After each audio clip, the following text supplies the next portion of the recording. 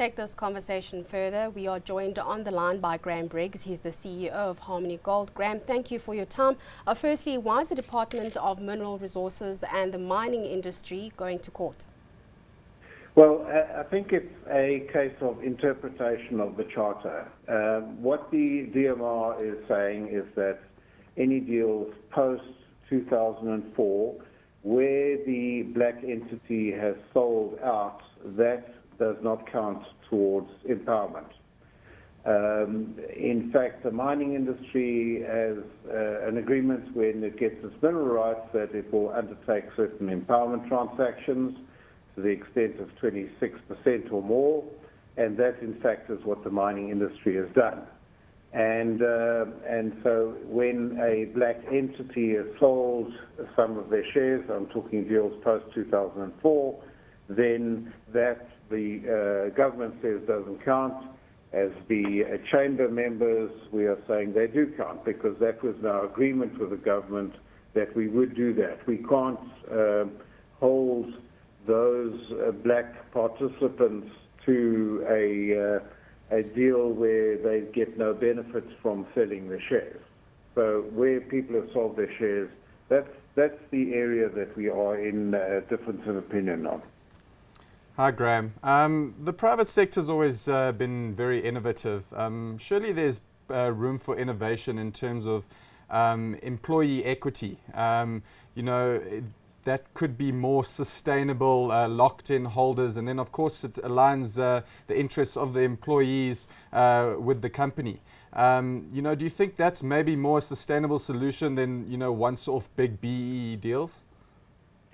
Yeah, look, the BEE deals have been in many forms in many different companies. Some of them are very broad-based.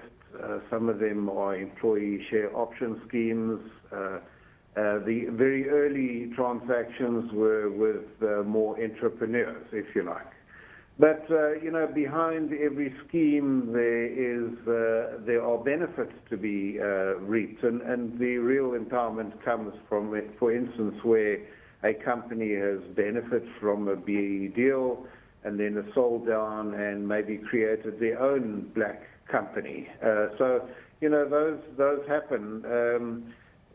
We can't have a class of shares which are permanently going to be locked into the company because, that would be crazy. We'd have a certain class of shares where people can never actually cash in.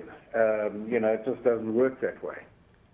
Graham, is Harmony Gold currently compliant with the 26% BEE holding in the way that the government understands it? So if you're not taking into account the once empowered, always empowered principle? Yeah, so Harmony has done many transactions, and we actually started doing transactions in this company way before the charter. If you look at our total black empowerment transactions up to date, we have about 43% empowerment. Now, some of those transactions are post-2004. I can give you an example where we did a transaction with Evander in Pan-African, and I think we're claiming something like 1.5% for that. Okay. Now that one, they have sold out, so maybe that one doesn't count. But irrespective of it, this is the principle that we're talking about is that, once you've done a transaction, it should surely count towards doing empowerment. Graham, thank you so much for that. That was Graham Briggs. He's the CEO of Harmony Gold, telling us the latest, and he was just on the line with us.